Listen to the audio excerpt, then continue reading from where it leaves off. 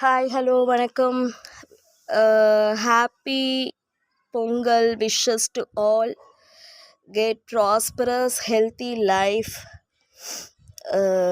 So tomorrow only I go to celebrate my house Pongal. Today it's a natural day. I feeling a little bit cold, so நல்லா wake up பண்ணிட்டு இங்கே வந்தால் சூரிய ஒளியை pray பண்ணலான்னு வந்திருக்கேன். நீங்களும் அந்த சன்பாத் எடுத்துக்கோங்க, சன்ரேஸ்.